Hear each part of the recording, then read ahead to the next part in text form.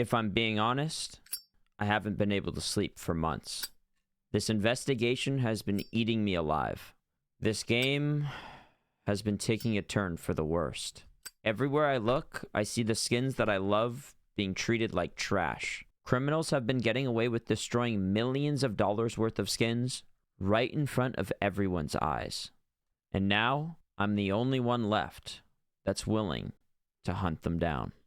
I've been trying my hardest to find the criminal who's wasted, or rather, murdered the most Counter-Strike skins. And after all of my investigating, all the clues kept bringing me back to one guy. This whole investigation started 5 months ago. The first criminals I was looking into were people who had applied expensive stickers onto default skins.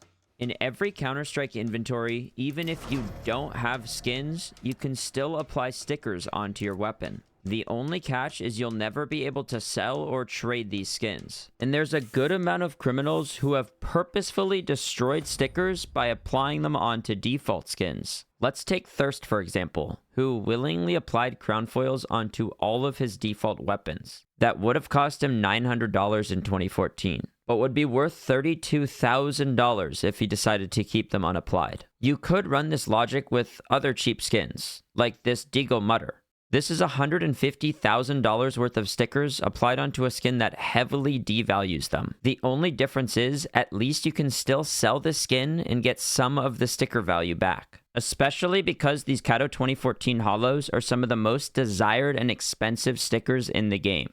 And there's actually quite a few of them applied onto default skins. In order to find out exactly how many stickers have been wasted, I searched through all databases to find every Kato sticker that's ever been applied. And in total, there are 78,969 Kato holo stickers applied onto skins. But if we specifically sort for default crafts, we find that iBuyPower holos were applied 76 times while they were just a few dollars, now being worth over $60,000 each. And then we also have the Reason Holo and Titan Holo, which were both applied even more frequently. If we were to add up their total value in today's market, it's easily $13 million for these 3 stickers applied onto untradeable skins. And the only reason I put this at the bottom of the list, even though some criminals single-handedly applied $200,000, is that to them, it was only a few cents at the time.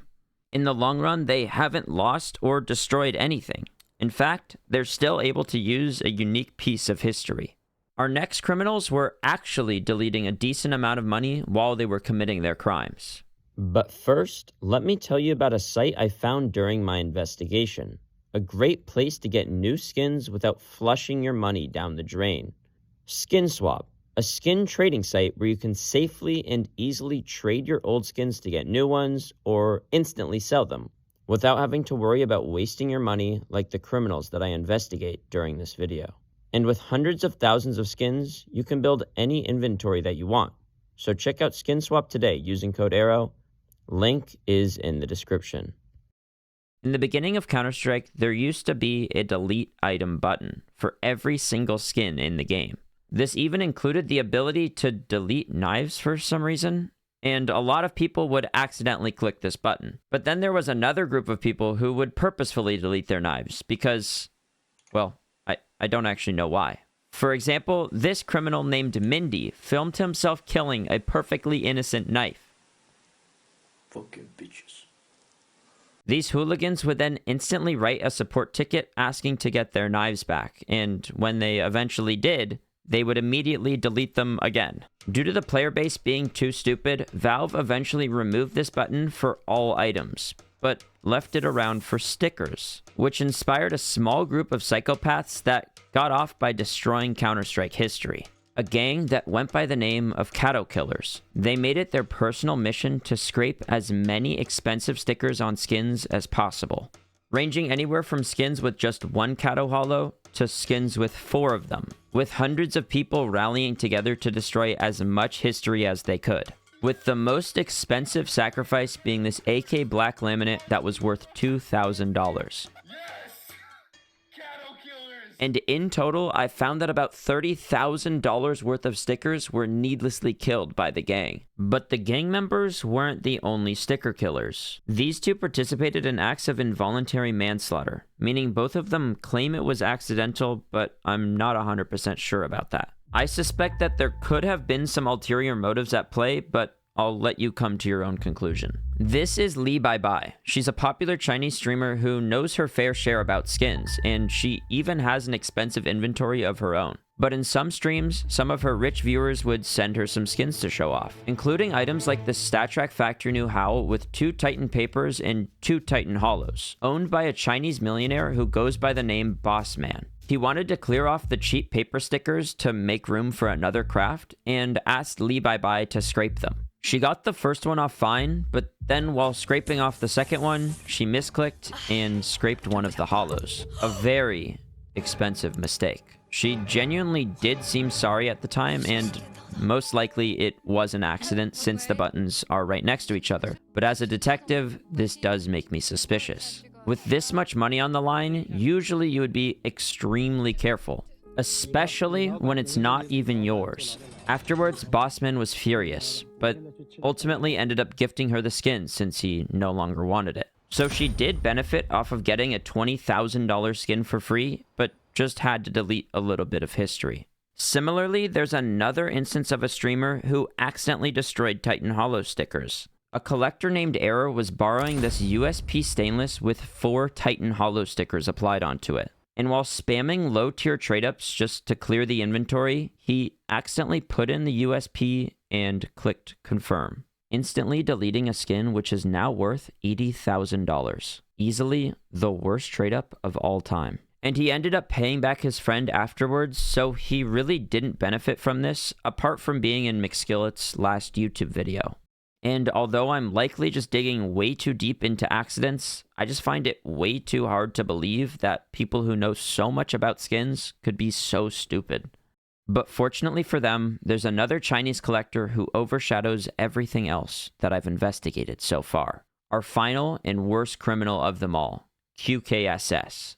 A skin serial killer who was responsible for killing $10 million worth of skins. It all started with Q wanting to build the best inventory in the history of Counter-Strike. He had the time, money, and connections to get any skin he wanted, but made some questionable and outright idiotic decisions along the way.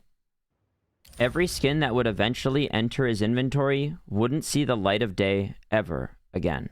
In just 2 years, he got his hands on some of the most absolutely mind-blowing skins in the game. He kidnapped over 200 skins to stockpile his inventory, including, just to name a few, a $100,000 Karambit, the most expensive P250, M4A1S, Bison, M4A4, USP, Deagle, Sawed-Off Nova, and at the time, the most expensive AK. This being by far the rarest skin he abducted over his spree, and nowadays is worth over $500,000. It would take far too long to exhibit every skin, knife, glove, and unapplied sticker he had managed to stockpile, but it's safe to say he had achieved his goal of constructing the most expensive inventory in the history of Counter-Strike. Yet still, he wasn't done. In the middle of 2018, at the peak of Q's collecting, another millionaire named Spook joined the scene to try and compete with him. Spook had quickly acquired a pretty nice collection, nice enough to get onto Q's radar. Spook started buying up many exact copies of skins that QKSS already owned, spending hundreds of thousands of dollars just to be even slightly close to what his idol had managed to assemble. They would both start buying up all the high-tier items that they could find, trying to one-up each other. They mostly prioritized high-end sticker crafts, but when they couldn't find anyone selling them, they started applying the stickers themselves. And then, during the very peak of their battle, Spook, out of the blue, got VAC banned. Seeing as though he had alternate accounts with no skins on them, the leading theory is that he was cheating and got caught. In just 6 months, Spook had managed one of the best Counter-Strike inventories of all time. Then, due to his own stupidity, permanently destroyed an inventory which would now be worth $1 million. This meant that Q was now in the clear to maintain having the best inventory in the history of Counter-Strike, and Spook had at least won at having the most expensive banned inventory of all time. Well, at least for the next 24 hours. See, in China, it's fairly common to lend out your inventory to other people, though nowadays you'll mostly just see them lending out skins to pros, and for a good reason. QKSS was letting a streamer named Knight borrow his account for a while to play with his skins. Unfortunately, Knight was using cheats while on the account and wiped out Q's last 2 years of work. In one fell swoop, Q's inventory was burnt to a crisp, instantly deleting $4 million worth of skins. Completely unshaken by what he had gone through, Q made a new account and started over. He still wanted to own the most expensive inventory. After destroying most of the high-tier skin market, this time around it would cost Q way more to start collecting. That wouldn't matter to him though. Within no time, Q was back to buying the best skins in the game. Just to name a few, he bought one of the lowest float op dragon lores in the game with 4 iBuyPower holo stickers. Also an Op Medusa with 4 Titan stickers that perfectly matched his M4A4 Emperor and Poseidon, which is still a 1-of-1 craft. He then bought an Asimov collection and an anime collection, along with the most expensive MP7, UMP, and finally a Tech 9 fuel injector with 4 Reason Hollows. In total, the skins he collected on his new account are now worth $2 million, but he also collected unapplied stickers, including 4 Clan Mystics, 9 Voxes, 8 LDLCs, and 16 Reason Hollow stickers, in total worth $1 million. In less than a year, Q was able to reclaim the throne, having the most expensive inventory in Counter-Strike after starting from nothing. Once his collection was finally completed, he became a recluse, knowing this would be the only way to keep his skins safe. QKSS was finally able to relax. That is, until he had a new opponent. In 2021, rogue Russian Steam support agents started stealing Steam accounts with expensive inventories. And they would purposefully target inactive Steam accounts so the target wouldn't even know that they were hacked until it was too late. The method was simple. A rogue Steam support agent would collect all of the victim's information from Valve's databases. His friend would then pretend to be the account owner trying to recover their Steam and would have all the information that they needed. Their email, phone number, and even credit cards. QKSS had coincidentally just gone completely inactive on his new account, probably assuming that it would have been the safest way to keep his account secure. Unfortunately for Q, the largest hacking wave in the history of Counter-Strike, which directly relied on the victim being AFK, had just begun. In almost no time at all, the hackers were able to get all the information that they needed to convince Steam support that they were the real QKSS. They would need to wait 15 days to remove two-factor authenticator from Q's phone and finally be able to trade away his skins. All Q needed to do was just hop on his computer one time to notice that something was wrong. In what probably felt like a lifetime to the hackers, hoping that Q wouldn't try logging into his Steam account, all they could do at this point was wait.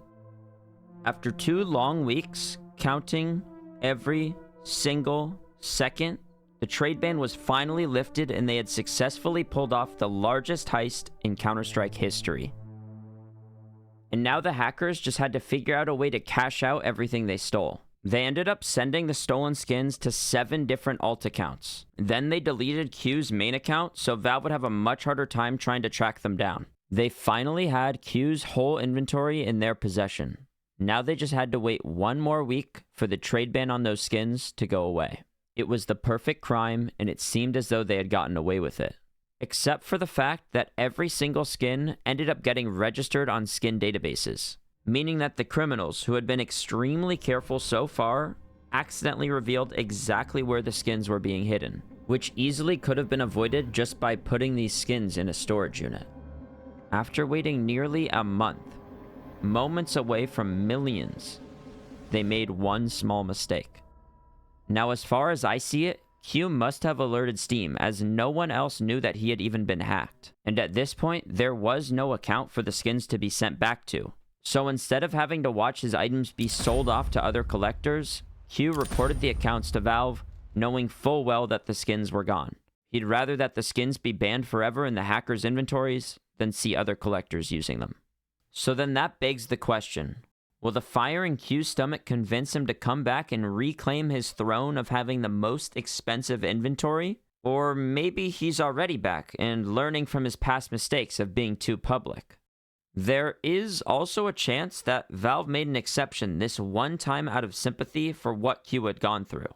The good Steam support agents might have told him to create another account and moved all of those banned stolen skins onto it. But since all the evidence is now deleted, we'll never know for sure. Unless Q comes back once again to let everyone know he's not done.